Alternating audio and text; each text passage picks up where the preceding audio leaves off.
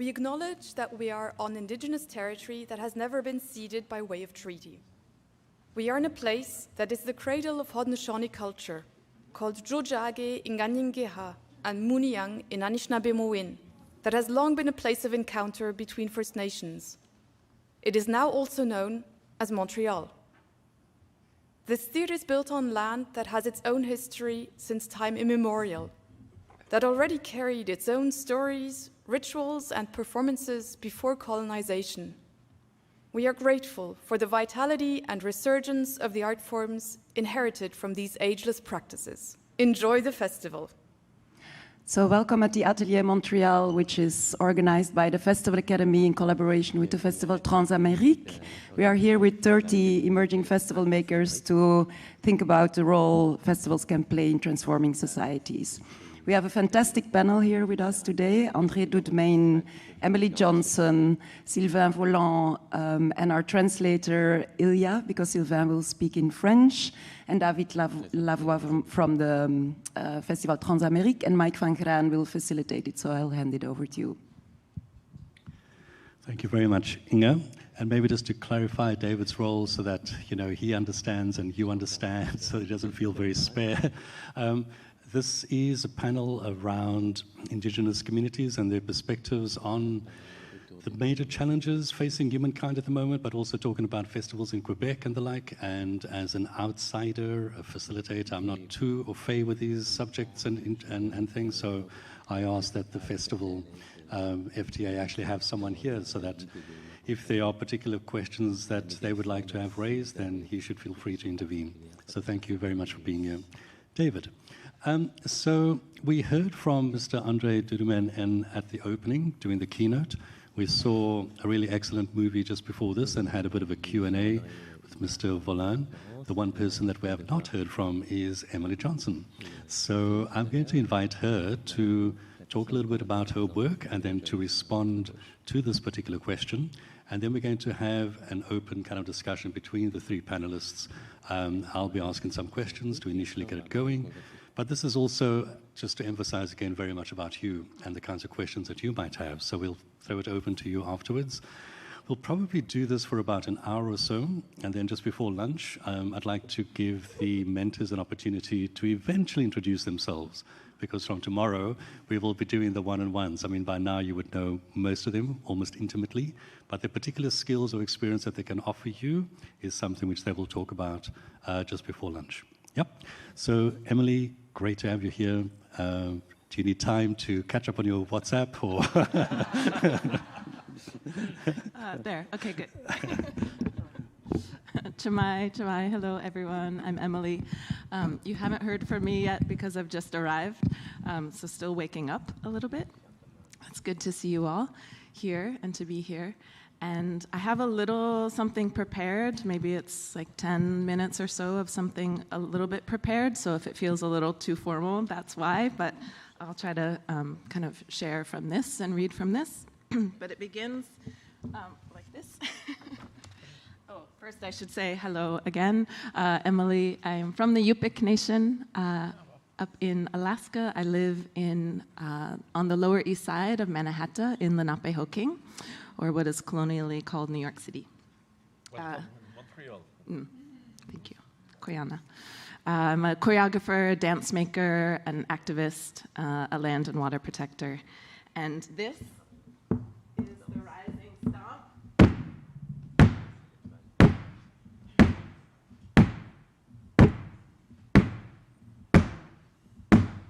It's feet wide, hips are down, knees are bent, there's a lift. And when I do this rising stomp, I'm thinking of the land lifting up underneath my feet, underneath this concrete, underneath all of this material that we built on top. And the stomp is actually after the land, after the sound. It's in the lift, right? It's in the up. It's in that possibility. It's in that otherwise space. And there's that energetic lift and exchange underneath.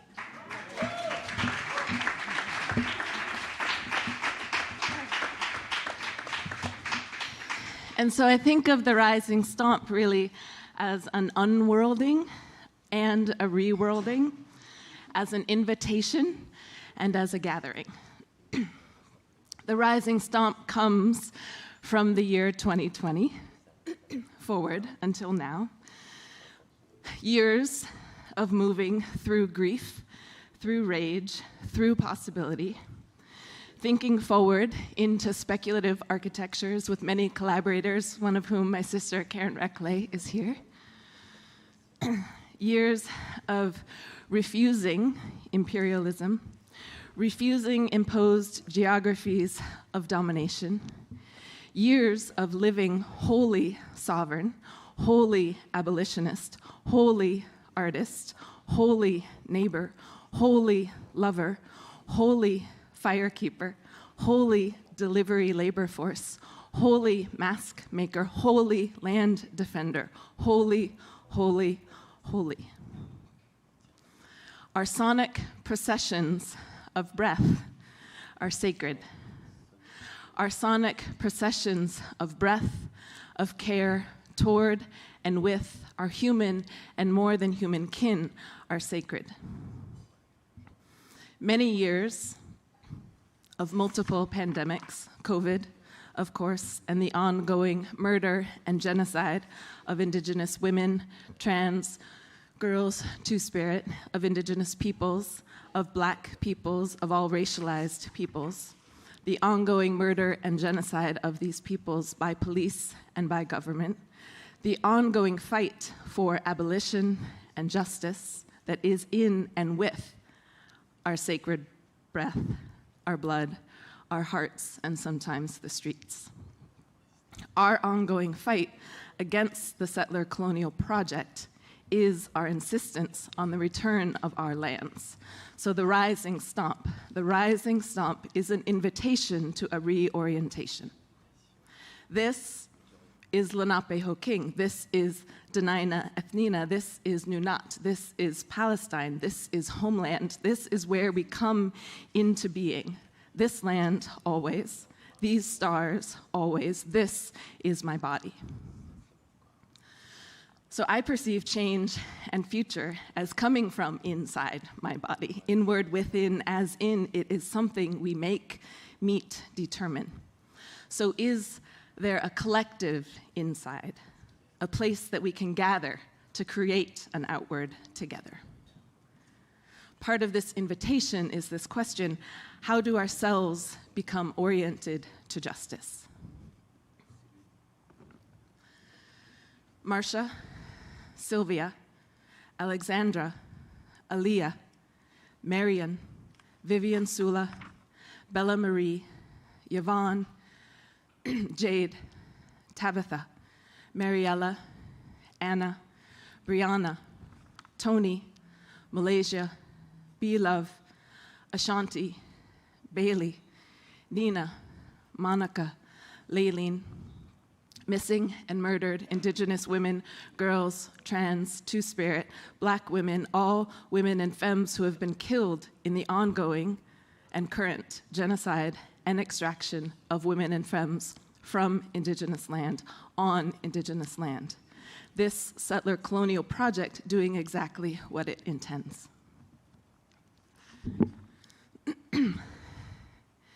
Nivea Alisa Bravo,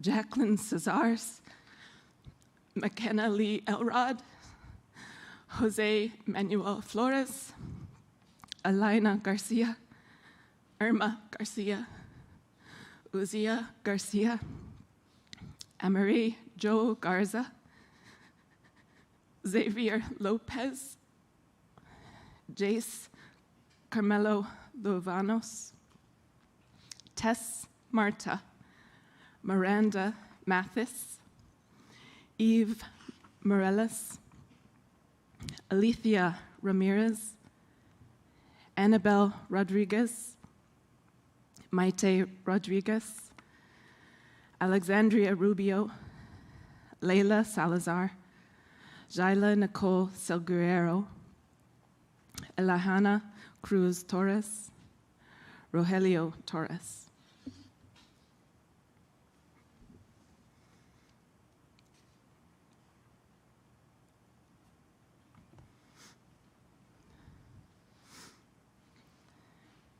children and teachers killed last week in Uvalde, Texas. The settler colonial project doing exactly what it intends. And it is not even possible to say the names of all of the young ones, thousands taken, found in unmarked graves. How old were you in 1996, when, in the context of what is currently called the United States, the last residential school closed? This is the United States of America. This is Canada, killing our children to bear itself. Whose land do you occupy? I live in New York City, and the refusal of the city where I live, also the refusal of the city where you live, the occupying governments, institutions, and many individuals across all land, from wherever you are presently and back again, their refusal to decolonize and defund is an act of ongoing genocide threaded through our everyday. At the same time, we, people, are overwhelmingly urged to simplify, separate, get over, and reduce our several urgent political concerns into pockets of information tolerated by media, by the state, by the institution, by the curator, by whiteness. Right now, the city where I live, New York City, wants to run a pipeline of fracked gas through neighborhoods in Brooklyn. They're building a wholesale retail liquor store on a wetlands. They're bulldozing 58 acres and killing 1,000 trees and every living thing in East River Park in a real estate land grab. They're building mega jails, they're called, the largest jails in the world. They are rezoning and upzoning and building luxury towers in neighborhoods of Gowanus, in the Bronx, on Governor's Island, in the Seaport, in Soho, and NoHo, and more, and this story is everywhere. Right now in Winnemucca, the Bureau of Indian Affairs is removing elders from their homes and destroying their homes. Right now at Black Mesa, there are people who for 20 years have been resisting the Peabody coal mine and the Black Mesa coal mine, resisting those coal companies coming to illegally lease their families' land to continue their coal consumption and use of the aquifer, which is the only water source. So we can go on, and I don't yet know the land protective efforts that are at work here. But what I do know is that all land and water protective efforts are related. See, we are intertwined. We are unconsumable. Fuck the silos, those separations forced upon us. Fuck the reductions, the removals, the thirst. We disrupt your power. We jostle your notion of world. We ensure you are no longer the center. We ensure us. We are all of the front lines, every one of us, every fight. So gather here, rise, and stomp. Name the missing and murdered. Name the children. Name the ongoing extraction as vile processes ensuring current power. Name the struggles, all of them. Name the resistances, the fights. Name the warriors, the leaders, the taken. Defend our land. Protect our kin. Feel the air. Fill your lungs. Feel your feet or your hands or your head on the ground where you are. We are the intermediaries between breath, between airspace, between those who can breathe and move and those who cannot anymore. So we are not conjuring them, but we are conjuring joy of them and offering it again and again and again in respectful remembrance and protection until no more are taken from us. The civil rights and sovereignty of Indigenous peoples will be recognized in relation to land. Power imbalance and extraction will not be the default relationship in our working lives. Theft of and abuses on and lack of recognition of indigenous land and water and life will no longer be tolerated. Feel the air fill your lungs. Feel your feet or your hands or your head on the ground where you are. Feel your cells, every single cell, orient to justice. We can announce care as our labor. We can announce protection as our everyday. We can announce non-extraction as our ethic. We can refuse racist and extractive institutions and governments and projects, our time, our knowledge, and our money. Return all of our belongings. Say all of the names. Gather here. Give our land back.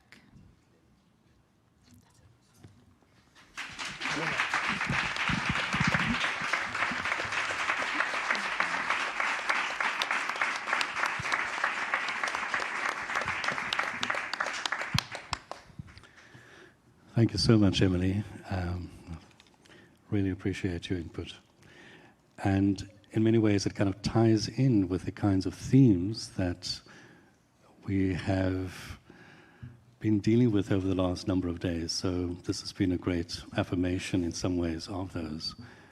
What I wanted to ask, perhaps all three of you, is for the festival managers who are here, one of the subjects that we have been dealing with is, what does it mean for a festival to be in partnership with, in solidarity with those who are struggling for justice? What does it mean to be an ally? So if you had to advise or encourage festivals to take up the kinds of issues that you have been articulating, what in practical ways would you suggest they do? Would you like to start, Emily, or shall I? Yep. Sure. Right now, I'm part of a working consortium with a group called the First Nations Performing Arts. And just as an example, a colleague and I are holding a decolonization network. So we're working with 30 settler-run institutions and organizations in what is called the United States in an 8-month track that is part of an ongoing kind of decolonization learning / unlearning. And for the festival directors, for the institution directors, et cetera. So I guess what I draw from this, and in relation specifically to your questions about like, okay, what do we do? There is as much unlearning to do as learning. I think the listening and is of the utmost importance. You cannot be an ally. You certainly cannot be an accomplice if you're moving or acting without listening. And that listening, Karen and I are having a roundtable discussion tomorrow, and we think a lot about listening, but listening is not only right with an oral sense.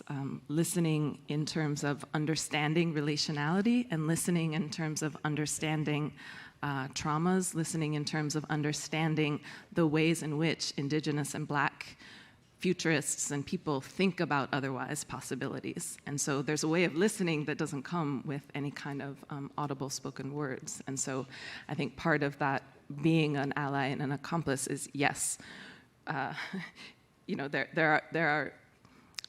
are moves to take to decolonize and to defund your institution, to work on, if you're not working on land back, you're not an ally, you're not an accomplice. And that can happen in many, many forms, right? There are very specific things that you can and should and need to be doing to be an ally and to be an accomplice. And there is the reorienting yourselves to justice. So how do we do that? André, would you like to respond to the question? Yes, I think you have three levels of connection. You have to question what is the connection with the land first, the land where you are developing your event. You need to have this organic or an historic link to the place. There is this notion of spirit of the place that is very important for us, and usually the spirit of the place comes from all those peoples who have lived there for centuries. So you have to feel the connection with that. If there is a nation or nations that are the traditional owners of the land, you have to honor them. And finally, you have, and I will give more on this last aspect, you have to connect with the artist, the indigenous artist. And nowadays in Quebec, there is a tendency to speak about fusion, about métissage, about blending cultures. And I think it's not the way to look at it. If you respect a culture, you have to respect an identity.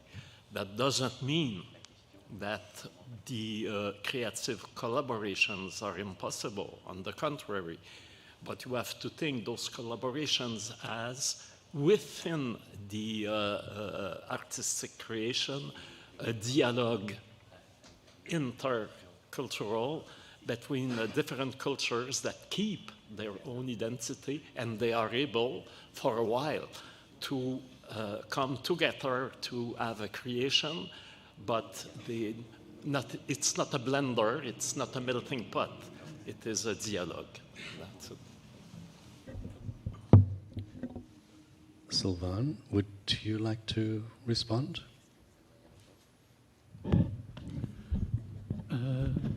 Nous, durant le festival, on essaye de faire collaborer les aînés. Parce que nous, on a commencé le festival, ça faisait 20 ans que les pensionnats étaient fermés. Tous les jeunes qui ont participé au festival, à l'ouverture du festival, à l'idée du festival, ils ont perdu leur culture. Il y en a plusieurs qui ont perdu une partie de la langue aussi. On parle encore couramment le Innu, on l'écrit, mais moi, j'ai perdu à peu près 25 %. Parce qu'il y a des mots qu'on ne peut pas utiliser présentement. On les utilise seulement quand on est sur les territoires.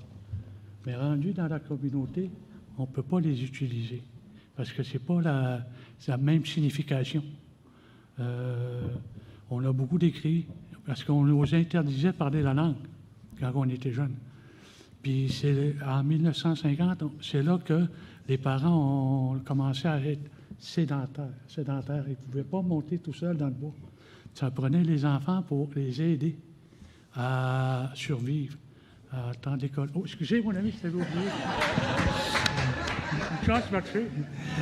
So for us, at the festival, we try to establish a collaboration with the elders. When the festival was founded in the 80s, it was already 20 years almost after the boarding schools closed. And the culture is leaving. I mean, even the language is hard to preserve. For me, for example, I lost, I think, 25% of my skills in Innu because certain words we just don't use outside of the community.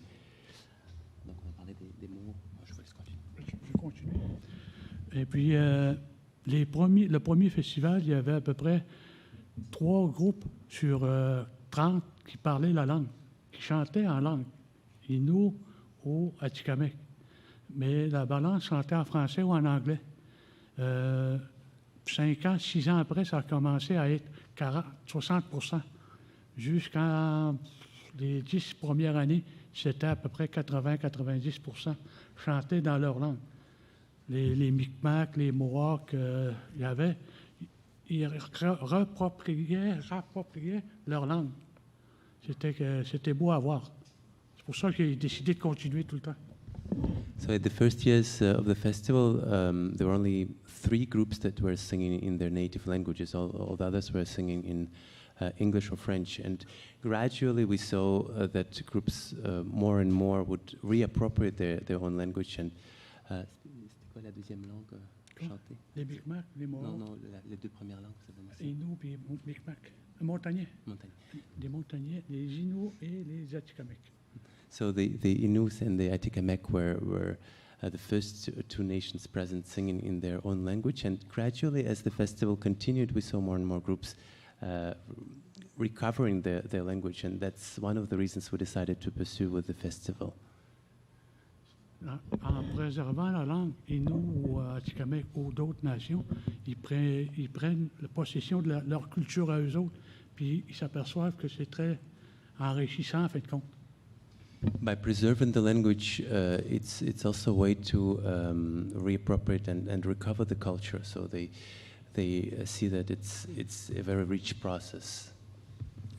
Yeah, so I suppose it goes to Emily's point as well about reclaiming and reasserting those things that have been lost, or not lost, but actually, suppressed through colonialism, through the violent dispossession of indigenous people and the like. Yesterday, in one of the panel discussions, the first panel that we had, there was a discussion around the notion of excellence, for example, and how understandings of that come to be continued forms of exclusion.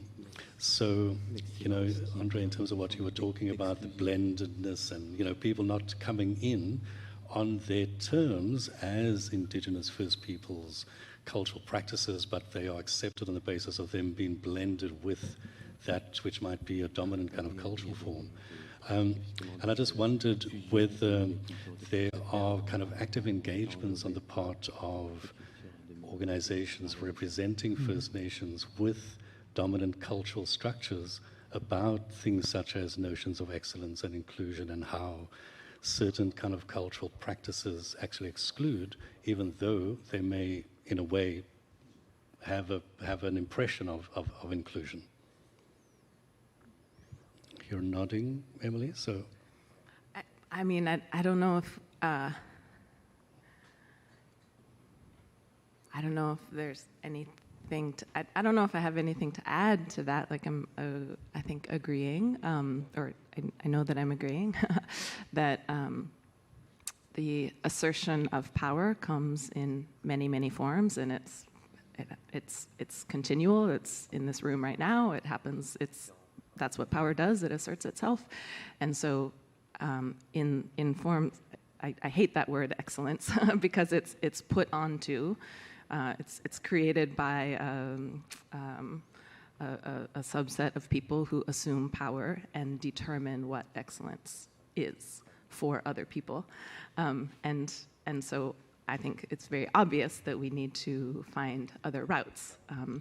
And I think, when I work in many settler-run institutions, when I am inside of them, I am always thinking of ways to take down the walls, right? Ways to bring the ground up, ways to bring people in, ways to move, to not adhere to the power structures that we assume are going to be ongoing. They clearly are not. And so I think for a time being, there's a way in which we can continue to work with settler-run institutions as settler-run institutions and festivals are hopefully in a process of decolonizing. Hopefully they're in an ongoing abolition value system. Hopefully they're in a process of changing themselves so that they become BIPOC-led institutions and festivals. And so those are the places that I get excited about working in addition, of course, to always being preferring, I would say, preferring and finding ways and spaces that BIPOC folks are leading, right? We are leading everywhere. We are leading all the time. We are leading outside of these walls. We are leading inside of these walls. And that there's any sense of waiting anymore for a kind of permission or a kind of fitting into a certain kind of excellence that is not what we determine is, I think, a very outdated way of thinking and way of acting. And so I think that there's a lot of hope and possibility and otherwise already here, and it's just, it's in process, I think, yeah. Yesterday, one of the statements that we were debating as well had to do with, although festivals kind of recognize historical injustices, cultural genocide and the like, because festivals don't have resources, they are quite limited in what they can do in terms of reparations. I know you're shaking your head, but this is the question that we were debating yesterday. And one of the interventions that was made by Kevin was that that is not the case. There's so much that can be done in terms of changing the governance of your institution, changing the management, changing how you curate, and a whole bunch of things. So, and we were talking about this in relation to the acknowledgement about land, for example, that precedes something like we just did today. And we were talking about whether that is sufficient in a way, or whether there can be something, there needs to be something much more substantial. So, David, I'm going to ambush you a little bit, and I hope you don't mind. But since you are part of the panel, I was just wondering about Festival Transamerica and the kinds of things that the festival is doing to address the kinds of issues that Emily has raised, beyond the acknowledgement of land ownership historically. Sorry, just quickly, Emily, can you read what you wrote? Oh, yeah. Kinship budgets, which I'll credit that to the right person in a moment, but yes, please, David. First of all, I would like to say that I'm really humbled by your presence here and by the importance of the fights that you are that you are giving all your energy and time on. And I will answer to the question, but first I will say that I'm curious to find the link between the importance of your link to the territory and to your communities, and to the social and political issues that you are working on and trying to make a better living, a better world here. And I'm really curious about the international perspective of those issues that are mostly rooted in our community. So maybe after we can come to that, but I would say for the FTA that it has been part of the foundation of the FTA to think about our relations to the Americas, and it was the beginning of the FTA, and then we turned west, and then we did a lot of things, but it's rooted in ourselves. In the first edition of the festival, we had First Nation production from Ondinok, right? Thanks. So Marie-Hélène Falcon, it was part of her thinking, or of her vision of the festival. And after that, I would say that around 2017, something happened on the cultural scene here in Montreal. We had the 375th edition of anniversary of the Foundation of Montreal, and it was an opportunity to affirm the importance of the First Nations. So it took more place, and that's when the FTA began bringing elders on the opening of the festival, and maybe being paying more attention and being more sensible to those issues. But we had artists in our programmings, I would say almost every year, but now it's switched to another level. And when Jessie and Martin arrived at the FTA, one of their the most important thing of their proposal, of their vision, of their artistic vision, was to work on the global north and on the Americas, and to build better bridges with the First Nations here and around the world. So it brings me back to the question I had in mind when you asked me that question. What is the link between those huge and important fights that you have to do here and your relation to the artistic community on an international level? Just before Emily answers that, does the FTA have representatives of First Nations people in its governing board? Sorry, they gave me a different mic. I'll drop the mic.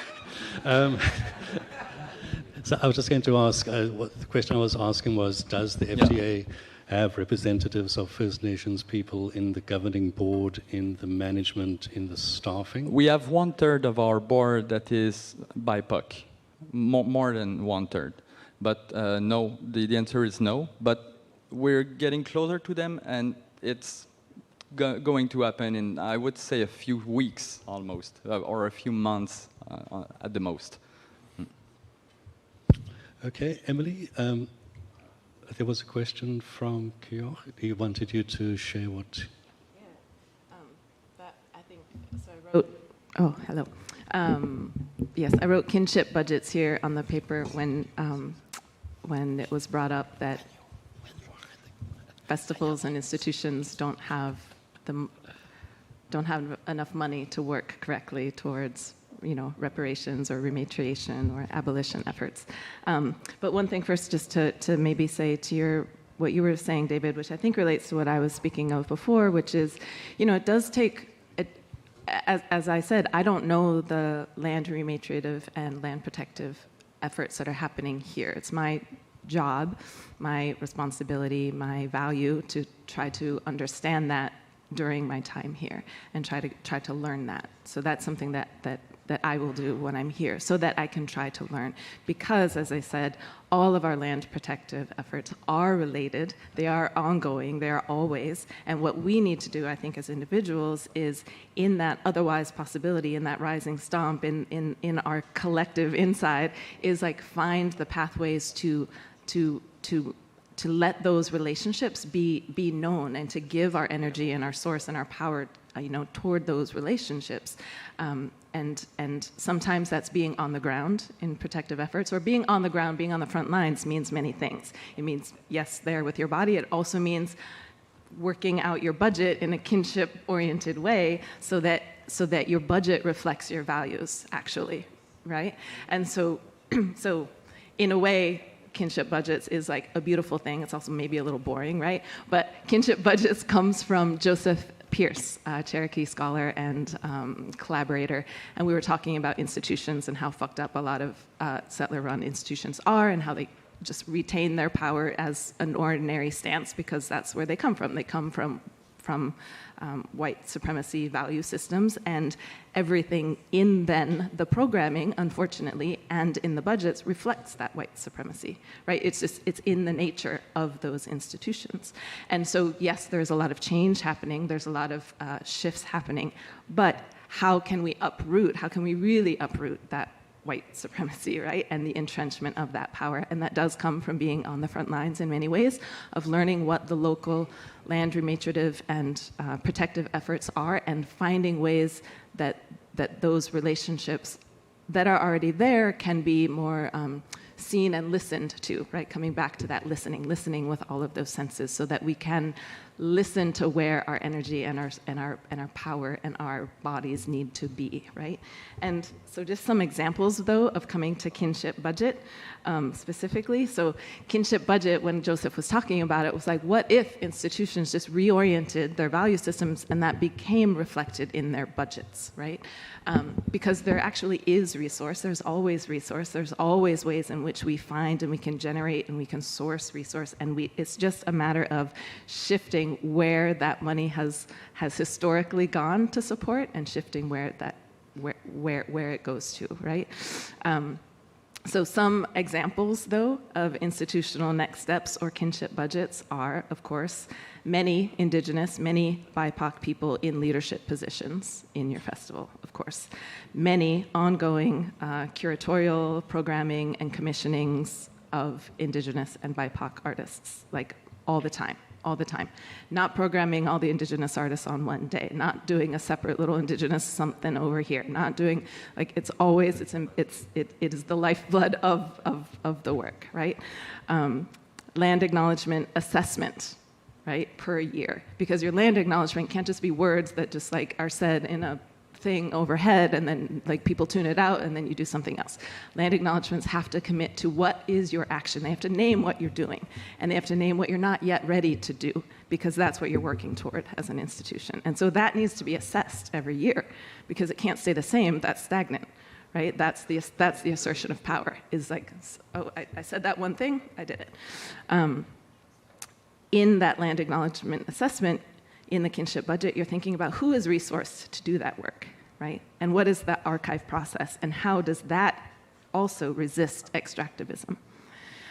Kinship budgets, you're thinking about hospitality, right? And you're speaking with local food justice and indigenous food sovereigntists about the local food issues, right? Because there are many everywhere. And so all of your hospitality should be in relation to what people are doing to support sovereign food justice work, right? You're resourcing people coming to their own homelands. I live in New York City. Lenape people have been displaced from New York City and so the institutions I work with and myself, we try to find pathways to bring displaced Lenape folks home because we are occupying their homelands. So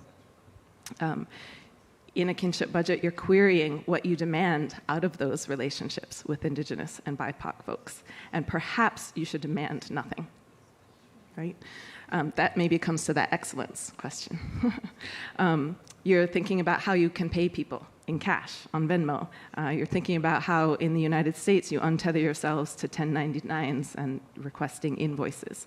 Like there are other ways of working that we can find and that we can support that are not the imposed government systems of working, right?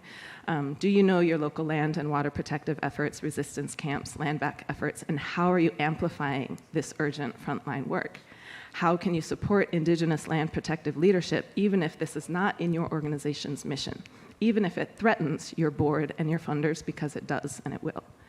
How can you support and amplify those efforts in a way that does not apply pressure onto the effort or onto the ones on the front lines?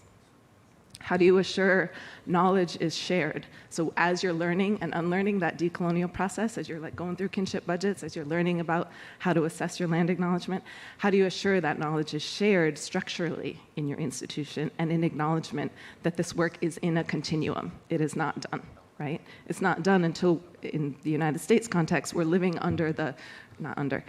it's not done until we're living within the indigenous law, the sovereign indigenous law and justice systems that are meant to be, that are on the land, but that are right now being, those are not the justice and law systems that we live with, right, as a larger society. So it's not done until that is back, right?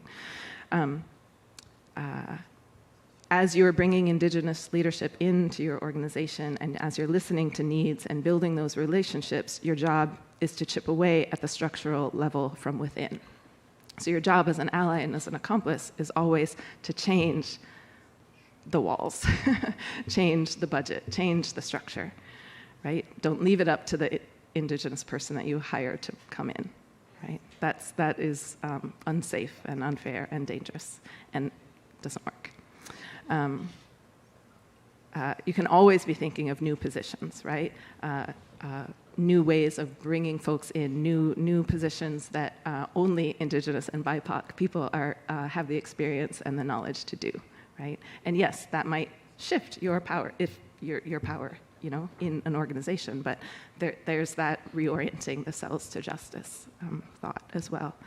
And also institutional shares. If you've done X, Y, Z, how do you share that knowledge forward, which is itself a decolonial process? So it's not about taking ownership of I did X, Y, Z, but how do you share X, Y, Z so that other institutions can learn how to structurally shift themselves as well? Those are some ideas in relation to kinship budget. Yeah, thank you.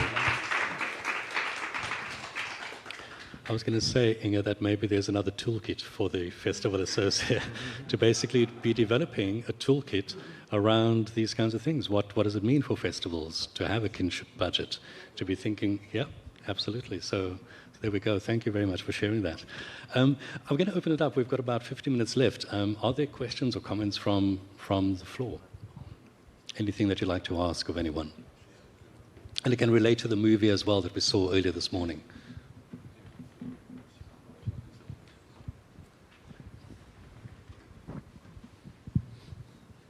Yep, Kevin at the back.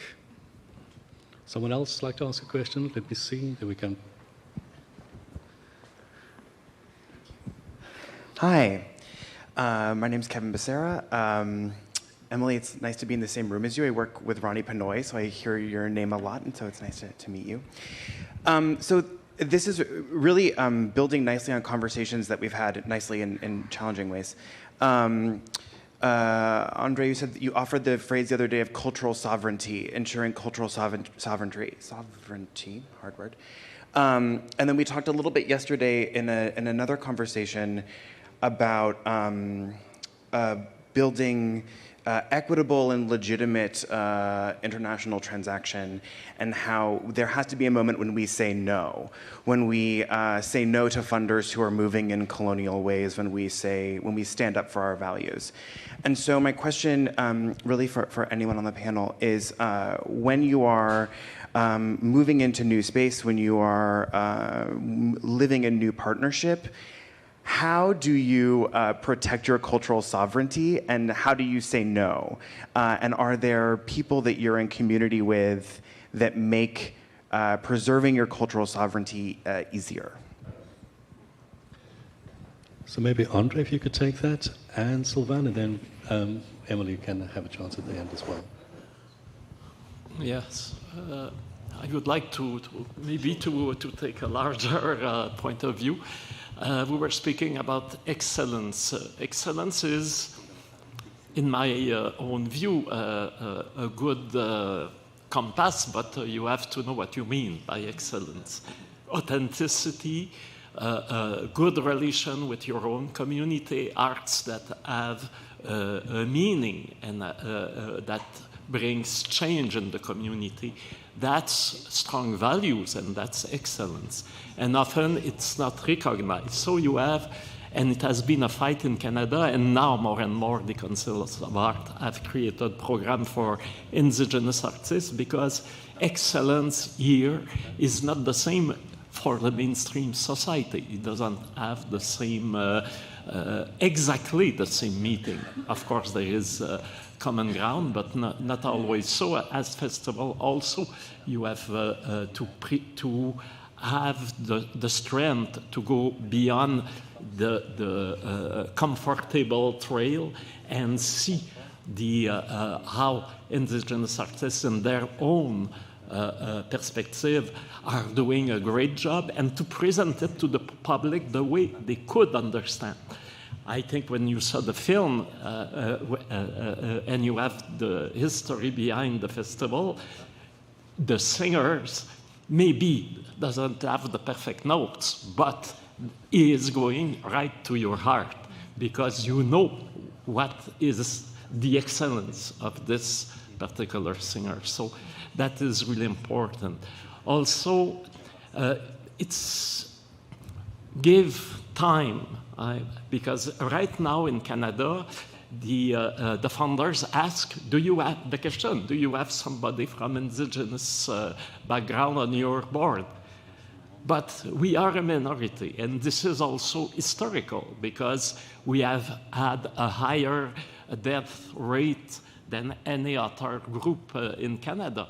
So we are a small number, and now we are overburdened by people asking us to be on board.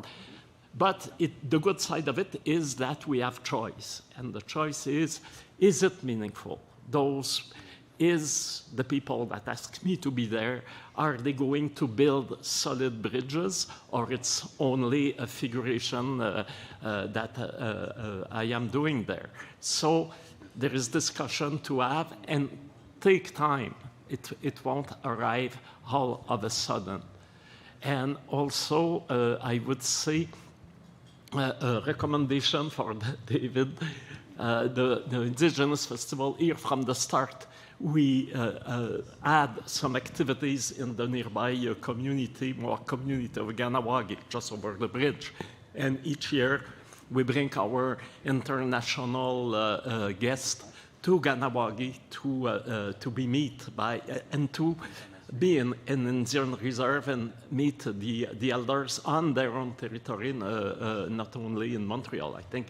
Also, this is part of the land recognition, not only to tell it, but also to live it. And this is what we are fighting for, and this is what means cultural sovereignty. Oh, and a detail, I told David, small thing. No alcohol. Somebody left in the room, no alcohol. In our site in Montreal, no alcohol at all. Even the artists backstage, you have to respect this indigenous rules, because we have suffered a lot because of the intoxication. No booze even in the backstage for the artists. If you want to be part of our festival, you need to respect that. And also, if you invite some people from the community, thinks that if you have only muffins, it's too much sugar. We suffer a lot from diabetes, and this is the kind of small thing you have to look at if you want to respect the people coming. Thank you. Sylvain, thoughts about cultural sovereignty in response to Kevin's question? Notre souveraineté culturelle, nous, c'est correct, oui, c'est beau. C'est pareil comme disait André, on n'a pas d'alcool aussi sur le terrain depuis 37 ans. Si une compagnie d'alcool venait nous proposer 200 000, 300 000, on dirait non. On a eu assez de problèmes avec l'alcool durant les soirées. Je sais que les Atikamekw ont essayé, puis ça a floppé. Tout le monde avait pris un coup, personne n'écoutait la musique. C'est pas intéressant. For our festival, it's the same thing. For the past 37 years, there's no alcohol on site. And even if a sponsor came to offer us $300,000, $400,000, we would say no, because we had already a lot of issues with alcohol, and at some point someone tried an event with alcohol, and then nobody was listening to music anymore. So we preserve our community. Comme j'ai dit un matin, la population autochtone de Mani-Utenam a eu des problèmes avec ça. Puis ça s'est réglé comme ça tout l'été. Ça a diminué beaucoup, beaucoup, beaucoup. Il y a une autre chose aussi qu'on veut garder à chaque année, qui garde encore après que je sois parti, c'est la bouffe, la manger traditionnelle le dimanche.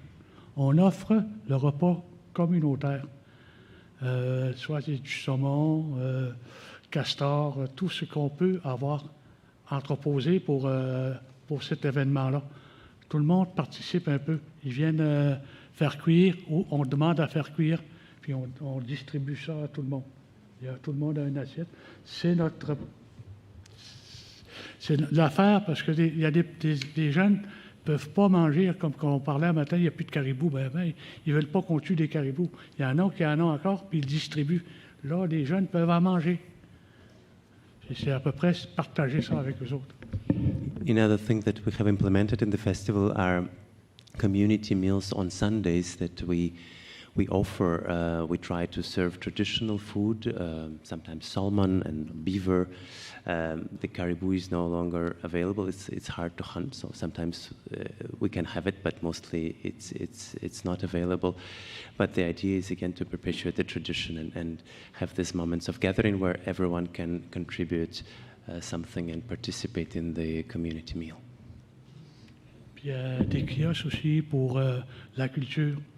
Tchagabesh, c'est pour la langue, pour transmettre la langue aux jeunes, aux aînés, un peu à tout le monde. Il y a aussi la médecine traditionnelle, des plantes. Si quelqu'un veut se faire guérir une plaie, si la personne est là puis est disponible, puis il va et donner des plantes ou de longueur pour ramener chez eux. C'est comme ça qu'on veut donner notre culture. On est prêt à donner notre culture. Avant, c'était fermé, là, c'est ouvert.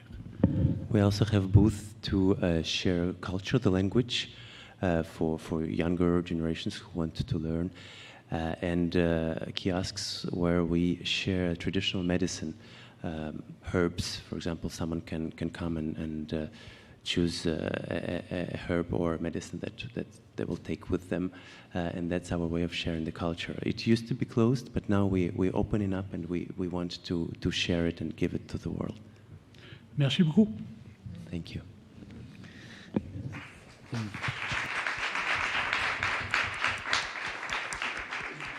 Emily, do you want to share some thoughts? And while you are sharing, maybe just think about another question which I have, and that is, to what extent is a younger generation of First Nations people kind of actively engaged in a militant way around the rights of First Nations people, as opposed to kind of being assimilated? So they might not have the institutional memory that some of the elders on the platform might have in terms of history and so on, in terms of what has been done. And there might be a whole range of opportunities that have been offered to a younger generation of people where they might believe that assimilation is a much better way to go in terms of their personal kind of advancement and so on. Is that a thing? And I'm talking about this from, I suppose, a South African experience where in a way many people, a younger generation, kind of sees opportunities that have been offered within a new South African kind of paradigm, and they might not have the kind of institutional memory of anti-apartheid struggle that might inform a certain way of practice now. So I just wondered about the extent to which that might be reflected in the kind of work that you're doing from a social justice perspective for First Nations people. Yeah, and maybe just before that, or coming back to that, just so appreciative of and hearing of your festival and the food and the medicine and how that would feel being there, and how abundant, and how everything that we're talking about is, you don't have to talk about it when you're there, right? Because you're living it and you're in it and you're doing it. And so I think that's, in these kinds of contexts, we're continually coming up against, like, okay, we can talk about it. And then how do we bring into action these things? How do we bring into action what you were saying about excellence in relationship to community? If we just go away and that is like what we all change, like how amazing, and what a like shift that would create in the world, right? And so yeah, thank you for saying that. And I think with your question regarding cultural sovereignty, and then we have, and I was thinking of listening, and then we have this example of living cultural sovereignty, right? And then we have, like, I'm almost seeing it in my mind of these like settler-run institutions or like or organizations and such, who are like trying to understand or trying to be part of or trying to trying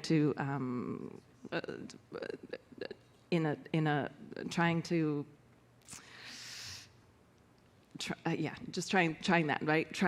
It's a,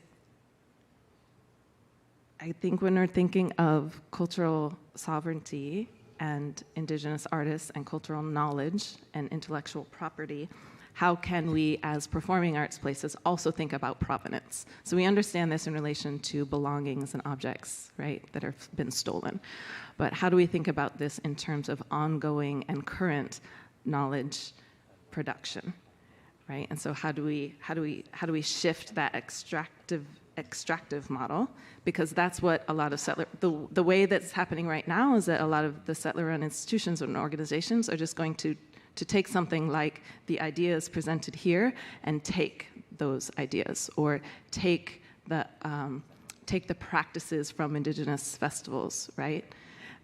So that is extractivism. That is an assertion of power. So how do we respect and cite, always cite, and how do we link that knowledge back to the original source, always, and how do we stay in a continual understanding that that knowledge is also always growing and shifting. It doesn't just get locked in a case, right? And how do we do that in a non-extractive way? I think that is a really clear question. Thank you, Karen.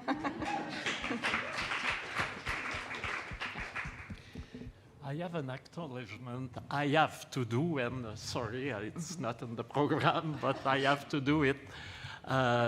In the 8 days in Montreal, we were aware about that fantastic festival on indigenous land in Mani-Utenam, and that's exactly where the idea to have an indigenous festival in Montreal started.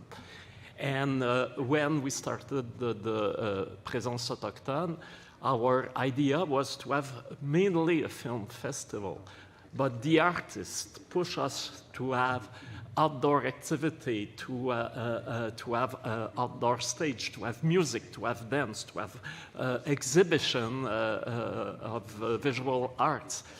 And we evolved to be a multidisciplinary festival by the pressure of the artists that have shaped the festival, and the initial sparks is really Innu Nikamu, and the influence and the strength of the Nitassinan and of the leader of the Innu Nation have had a bigger impact than only on the Quebec North Coast, but really have give us inspiration to go forward everywhere in Canada.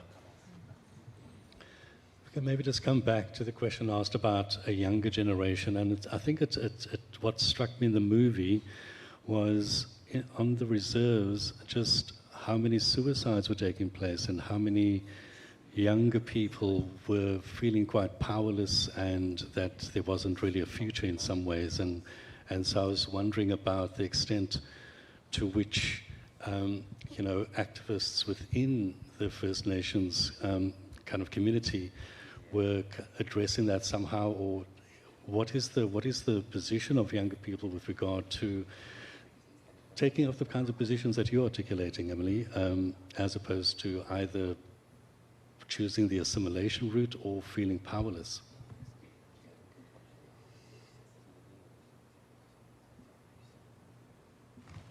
Moi, en tant que personne individu, je suis activiste. Yeah. J'ai été contre le barrage SM3, mais j'ai mis le festival de côté. Le festival n'embarque pas dans les affaires politiques, genre, il est plus à côté. Moi, j'embarque dans tout. Comme les femmes qu'on a vues ce matin, j'étais là aussi. Mais pas en tant que coordonnateur du festival, qu'en tant qu'individu. Je pense qu'on a pas une force, mais une recherche à faire. On veut vraiment défendre notre territoire, nos acquis. Comme SM3, ils n'avaient pas vraiment besoin, ils l'ont fait. C'est un barrage électrique pour ça. On était contre. J'ai été en prison 1 mois et demi parce que j'étais contre. So me as an individual, I embark on all kinds of journeys, and I find it important to defend questions regarding the community, but I try to separate it from the festival. So I don't do it as a coordinator of the festival, I really do it as a person. And for example, one of the manifestations that I participated in a couple of years ago was worth a month and a half of prison for me later on. But that's an activity that is not related to me as a manager of the festival. Parce que le festival, c'est à la communauté en tant que telle. C'est pas à Sylvain Vollant, c'est pas à Florent Vollant, c'est plus à personne, c'est à la population en général. C'est toute la communauté. Moi, j'ai le droit d'avoir des idées. Il faut aller pouvoir les faire sans que le festival soit dérangé. Je ne veux pas avoir des manifestations durant le festival, là, mais je prends exemple la fameuse affaire des Mohawks. Ça s'est passé dans les années du festival aussi, mais le festival n'a pas pris part à ça. Mais on a eu le même problème. On a eu les Blancs, ils n'ont pas venu. Ils ont vraiment boycotté notre festival aussi. Mais on s'est dit, on va continuer pareil pour pouvoir les accueillir les années subséquentes. So I want to emphasize that the festival is not associated with people in particular. It belongs to the community, so it's not me, Sylvain Vollant, or someone else. It's the community as a whole. So when there are political questions that arise, like the affair with the dam or with the Mohawks that also touched our community, we tried not to discuss it or integrate it directly in the festival, although we did suffer from it, and the festival was boycotted as well. We try to keep it really separate so that the community can carry it on and make it live longer. Let the artists speak, right? Because for example, obviously festivals you have to keep neutral. But the short film by Réal Junior Leblanc, we have seen an excerpt on the blockade on the road with the woman singing. We have screened it on the big screen on Place des Festivals downtown Montreal. We don't have to go to the barricade. We just have to let the artists that have taken from that fight and that express that will to preserve the land and give them the possibility to spread the word. Okay. I'm just wondering, we're kind of running a little bit out of time, so if I can maybe give the final word to each of you. Emily, start with you, and then André, Sylvain, and then David, if you can maybe end it off. Yeah. Yeah, just in relation to what was just shared, like what a gorgeous and generous offering to listen, right? So the ways in which indigenous people, the ways in which artists and communities want our work shared should be the way in which it is shared, right? It should be what the gathering is. And so if that is whatever that is, right? We determine, we sovereignly, is that a word, sovereignly? We sovereignly determine the ways in which and what our work is about, right? Always. Culturally, in every artistic practice, in community, always. And so the invitation is to come and experience and be with us in those gatherings in the way that we determine what that is. Sometimes that's political. Maybe some people think it's always political. Maybe some people, are adamant that it's not. I don't care so much about that. I care that we determine the ways in which we share our work, and we determine the invitation, and we determine the gathering. And so in that, multitudes of possibilities arise. And in relation, specifically how, and also just look at the context of holding an Indigenous festival in a continuum within a harmful colonial state, like how warriorness that is, right? And so just want to lift that up and raise that up.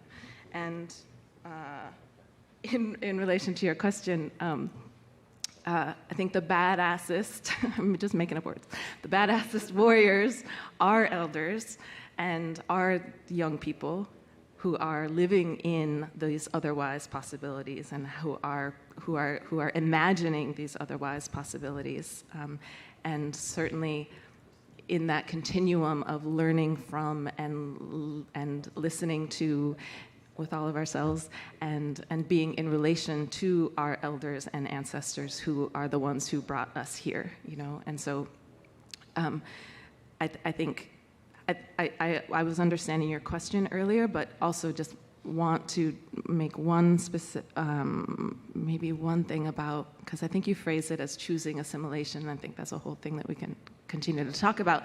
But so I think of my grandma, who did not teach me Yuchtun. I've just started to learn, which is wonderful. But she didn't teach me Yuchtun as a form of protection, right? And so, because she grew up in a time where the protections that were needed were different than the protections that were needed when I was growing up, but she still had that protective instinct. And so I don't think of that so much as a choice. I don't think of her not teaching me as so much of a choice as just something that she needed to do. And so just to say that.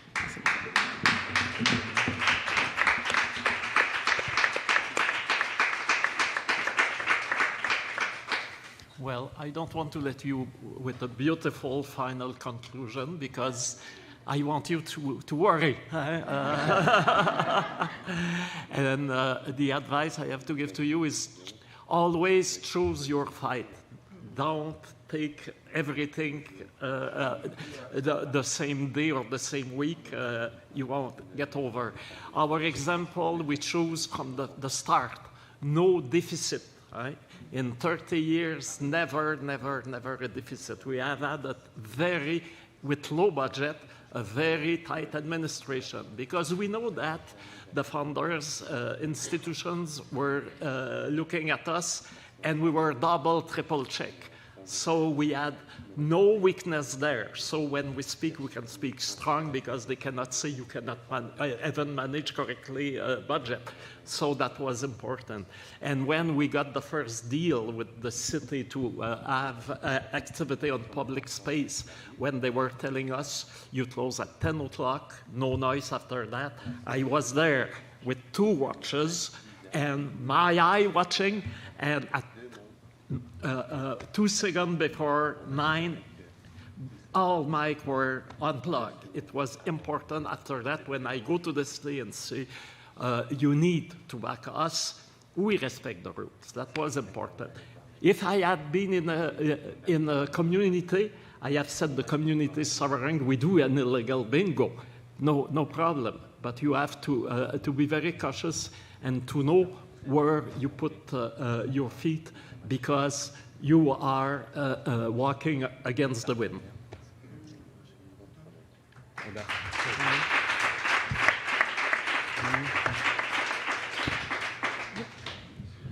Moi, je voudrais vous dire, si vous aimez faire des festivals ou travailler en organisation ou faire des activités, faites-le avec votre cœur. Sinon, sortez de là et allez faire d'autres choses. Allez étudier, allez faire d'autres choses. Mais il faut aimer ça, parce qu'on n'a pas tout le temps le goût de parlementer avec la ville, le goût de parlementer avec les Autrichiens ou les artistes, mais il faut aimer ce qu'on fait. C'est ça que je vous dis pour la fermeture pour moi. I would just like to say that if you want to organize events, organize festivals, go ahead, but you need to make sure you love it. This is your passion. It has to be something that comes from the heart. Because sometimes we don't want to negotiate with the city, with the electrician, with the artists. It really needs to be a passion.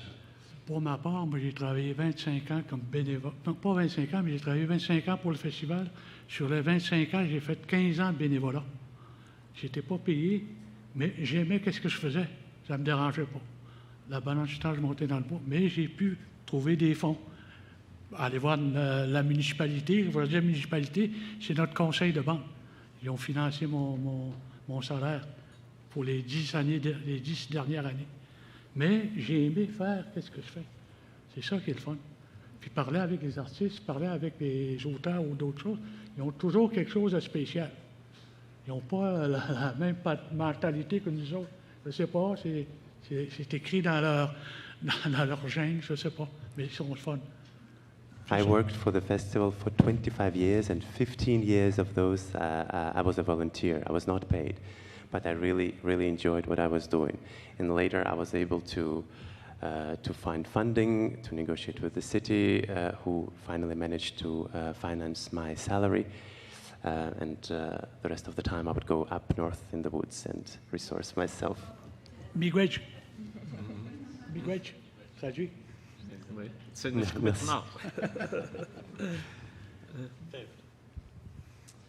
I think my part here is to say that that we have to listen. It's hard to look at you because I feel that message belongs to you. We have to listen, we have to try to understand, and it's hard because we haven't lived what you went through and we don't know what came before, but we're trying to help to do better in the future. What we can do for sure is to know the people, to build real relations, and to give time, space, resources, and try to think differently, but at the same time I would say it's not about my thoughts, it's about being really related to other thoughts and trying to look in new ways. So that's all I would like to say, and thanks to be here. Great, thank you. And thank you very much for being part of this panel today. And as we were saying earlier in the Festival Academy, it's not so much about coming up with answers necessarily, it's about raising the questions that we need to be interrogating, as difficult and as hard as those questions might be. So thank you for being with us and for asking some of those questions that we will need to continue to think about. Thank you so much for being here.